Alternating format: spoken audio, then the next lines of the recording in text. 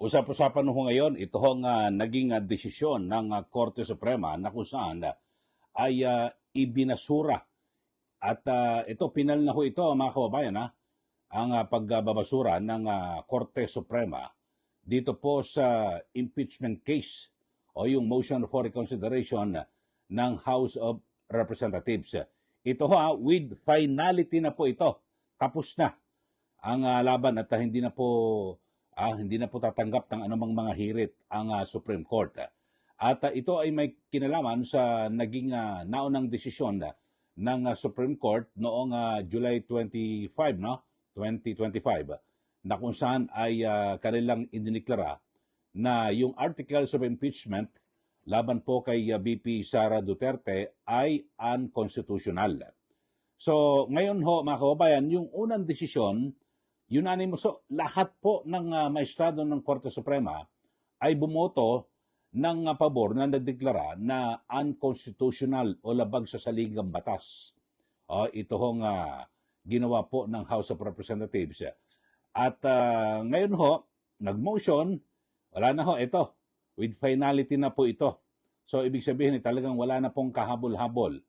Ito hong mga nagnanais na mabaliktad at nagnanais na maituloy yung impeachment laban po kay VP Sara Duterte. Ang liwanag ho ito mga kababayan, o ang binabanggit ito. Kasi alam nyo ho, ang isa po sa pinakamatindi ho ngayon ay ito hong naging reaksyon ni Senate President Tito Soto.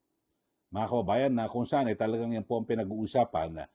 Ang lupit po ng kanyang ang kanyang naging reaksyon dito at parang mas lumilitaw ho na legal expert o eksperto pa ho itong si Senate President Tito Soto na hindi naman po abogado. So siya po ay umaaktong magaling, eksperto at mas matalino pa ho sa mga maestrado o justices ng Supreme Court. Yun ho mga kababayan. Ito ho, yung kanyang statement at ito makikita niyo ho ito sa ating sa ating screen mga kababayan at dito ho para mabasa niyo rin ho at habang iniisa-isa ho natin ito hong issue ng pahayag ito Senate President Vicente Soto III on SC upholding decision on articles of impeachment versus VP Sara. Ito tignan niyo ho diyan sa ating TV screen. Sabi niya ito may petsa July 29, 2026. It is a sad day. Ito raw po ay malungkot na araw para po sa constitutional law students and professors. Hindi naman to constitutional law student itong si SP Soto Ni hindi rin professor. Lalong hindi abogado.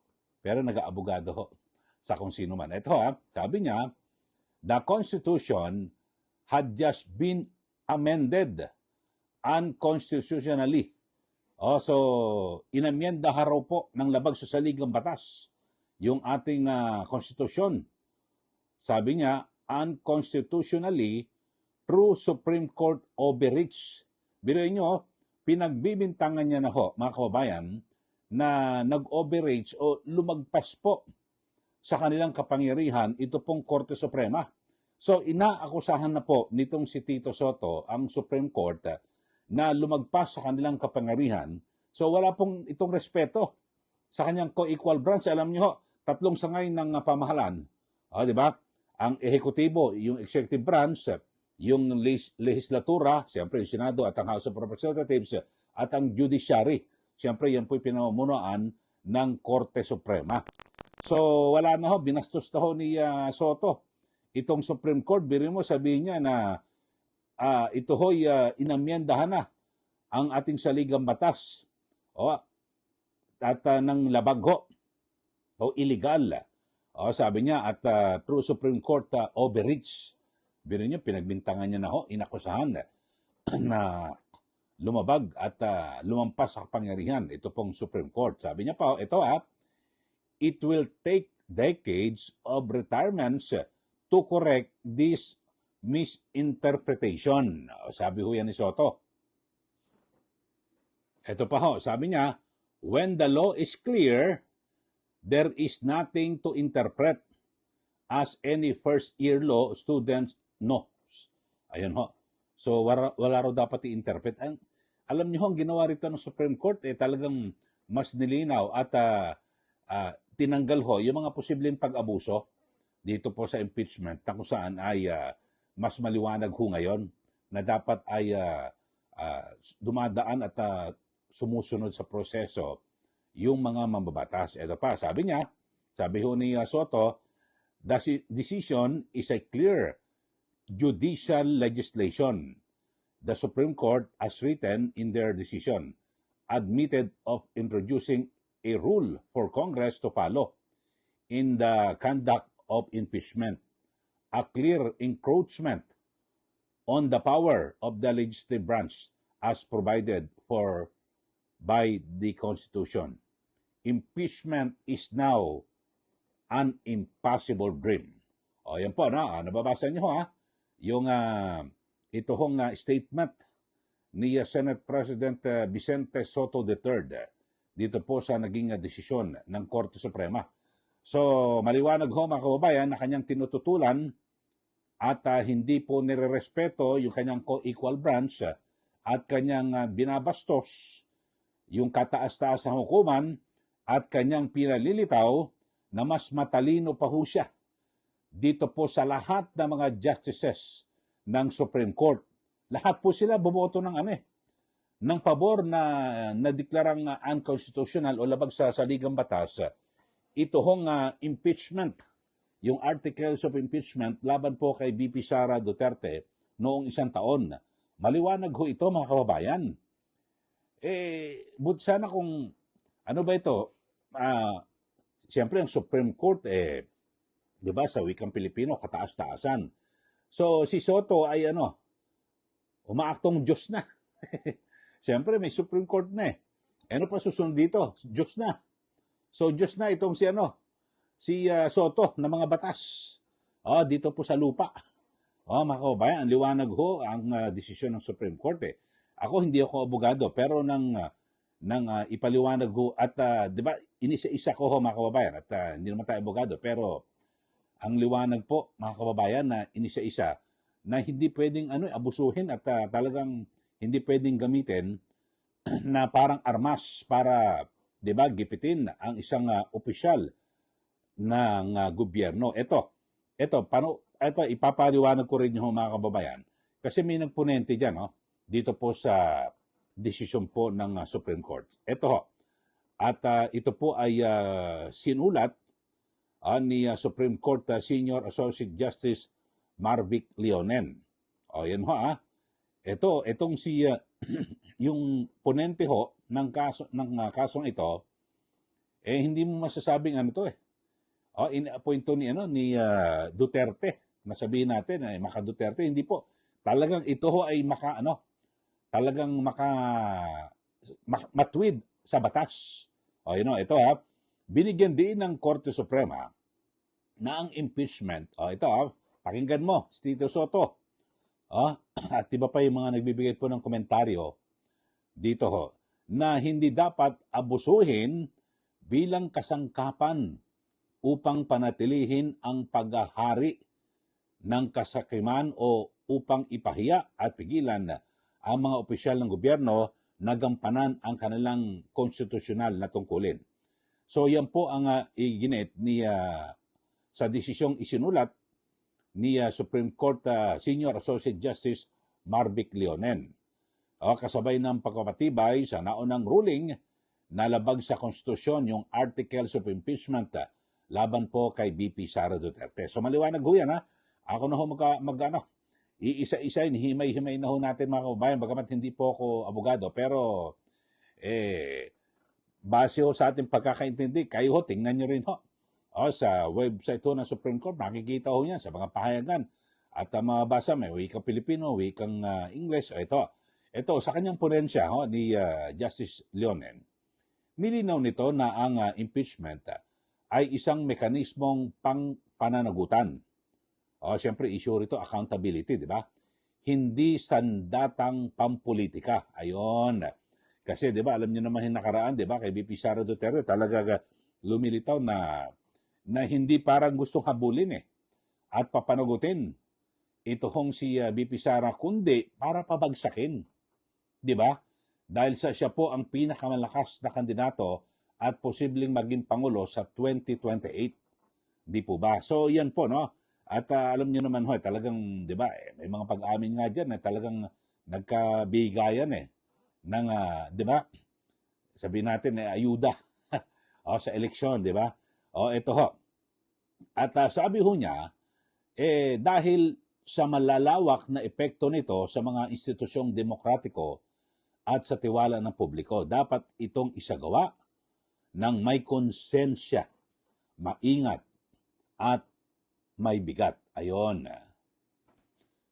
Sabi po ni Justice Leonen, ito impeachment should never be abused to maintain, kasi yun dapat hindi po kailangang abusuhin upang mapanatili ang hegemonikong dominasyon ng kasakiman sa pamamagitan ng pamamahiya sa mga nasa mataas na posisyon sa gobyerno at hadlangan silang gawin ang kanilang sinumpaang tungkulin. Ayon.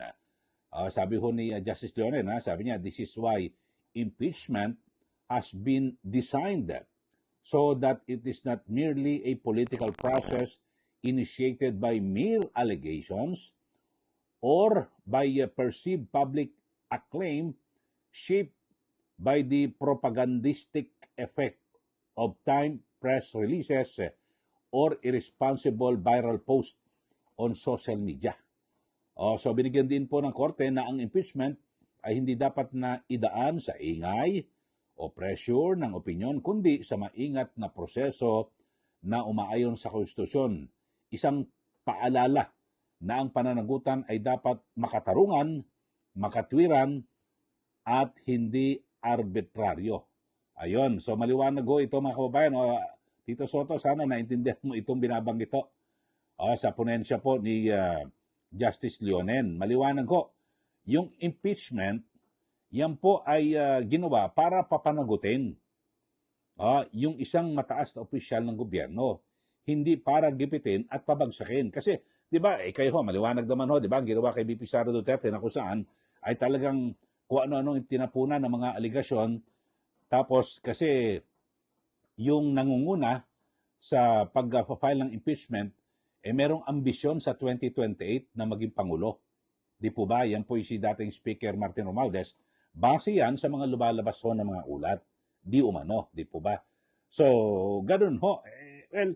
Maliwanag ho mga kababayan. Sabi ng Supreme Court, kaya ang ganda ho ang ganda ho ng desisyong ito ng Supreme Court para po sa mga susunod na mag-file ng impeachment, hindi lang para bisitin at perwisyuhin yung mga nakaupong opisyal ng gobyerno, di po ba? Kundi, talagang pananagutin. Kung may pagkakasala, kasi issue rito accountability, yung pananagutan. So, maliwanag po yan. At dito, balikan natin si Tito Soto, o si SP. So, lumilitaw ho mga kababayan na wala. Kaya galit na galit ho ito sa Supreme Court. Ito pong si SP Tito Soto, wala po na purnada. Wasak yung kanyang pangarap na maging presidente ng Republika ng Pilipinas. Kasi pinag-uusapan na nga, di ba, sa mga nakaraan, may kinakarap na impeachment. Ito po si Pangulong Marcos Jr. Tapos ngayong Pebrero sa ISA ay maghahain din ng impeachment laban kay BP Sara. So pinag-uusapan na ho ngayon, paano yung pag na-impeach ang dalawa, si Pangulong Marcos at si BP Sara, so sino na magiging presidente? So si Tito Soto na bilang Senate President, di ba? Number 3, pangatlo siya sa pinakamataas na opisyal sa ating gobyerno. So yan po. So parang ganon, lumilitaw, wala na. Ano ka na? Nabulilyaso yung pangarap. Kasi binabanggit ho ngayon ni Senator Tito Soto ng impeachment ngayon ay isa na raw pong impossible dream. Imposibleng pangarap na mahirap makamtan o maabot. So yan po ang sinasabi, impossible dream.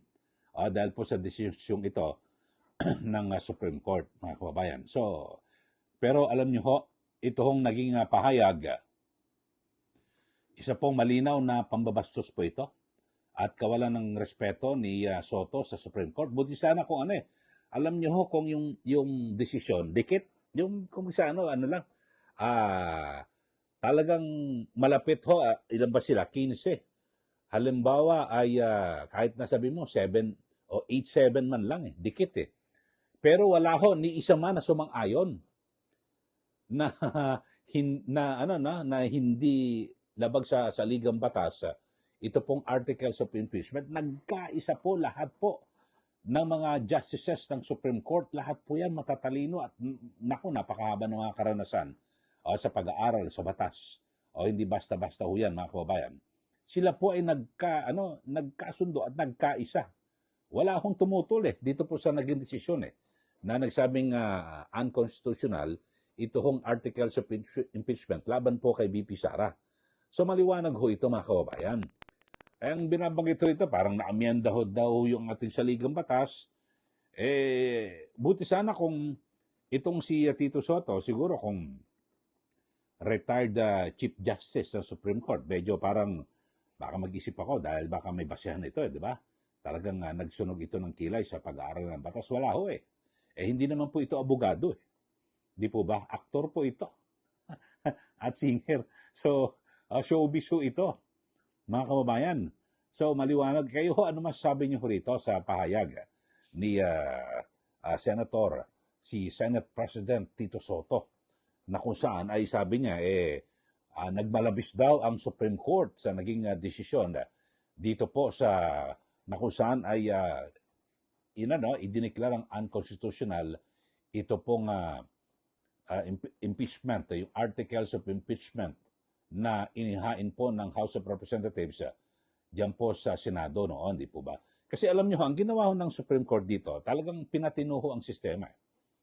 Na kung saan hindi pwedeng imaniobra basta-basta lang. Kasi dapat ang talagang yung mag-file ng impeachment, yung talagang gustong papanagutin po yung tao, hindi para gipitin at siraan at wasakin para hindi na makatakbo sa susunod na eleksyon, di ba? Parang kay BP Sara, para hindi na po makatakbo sa 2028 elections, di ba? Kasi sabi ho ng Supreme Court dito, ay kaya ngayon ako maingat ho ngayon, di ba? Kailan pag nag-file, inihain yung verified complaint, impeachment complaint, dyan po sa House, ay pagkatanggap ng Secretary General, ay agad na ibibigay sa tanggapan ng House Speaker, tapos sa loob ng 10 araw, ay dapat mai-refer na po sa House Committee on Justice. So, para wala nang habol. Wala na. Initiated na ho yun. Kaya ang ginawa ho ng ngayon ng House of Representatives, pagkatanggap po ng SecGen, binigay sa Speaker, tapos, di ba, Martes, at yung yung Webes, na Bulilaso, ginawang Lunes, di ba? Ipinasa kagad. Oras lang ho, hindi umabot na ng araw Tapos binigay na kagad sa sa Justice Committee. So wala nang habol. So initiated na. So ibig sabihin, umiiral na po yung ban, yung 1-year bar rule dito po sa panibagong impeachment laban po sa kay Pangulo Marcos Jr. At meron pang isang bersyon ng sabi ng Supreme Court na kahit hindi mo agad na isinama sa kalendaryo o sa yung calendar of business, inupuan nyo, pero basta't kasi baka pwedeng sadyain i-dribble, kasi parang ganun po nangyari, di ba? I-dribble yung naunang impeachment complaint, tapos yung pang-apat, tsaka yun ang ipinasa. So, hindi, sabi ng Supreme Court, hindi. Yung naunang tatlo, yun na, deemed initiated na. So, yun ho. Okay, kayo ho, ano masasabi nyo rito kay Senate President Tito Soto, na ngayon po nagmamarunong, nagmamagaling at mas matalino pa ho siya dito po sa mga justices ng Supreme Court, at parang tila binabastos niya ho at hindi niya po nirespeto yung kanyang kapwa, co-equal branch kung sa kapantay niya ho na sangay ng di ba, sa pamahalaan. Sila po sa judiciary po itong Supreme Court sige, magbigay na ho kayo ng comment dito po sa ating issue na pinag-uusapan. Okay, at huwag niyo rin po kalimutan na i-like at i-share. Sa mga bago lang po sa ating channel, subscribe na po kayo at hanapin niyo rin po sa Facebook, Eli Saludar, pakipalo po. Maraming salamat. Muli, ito po si Ka Eli. Magandang araw po sa ating lahat.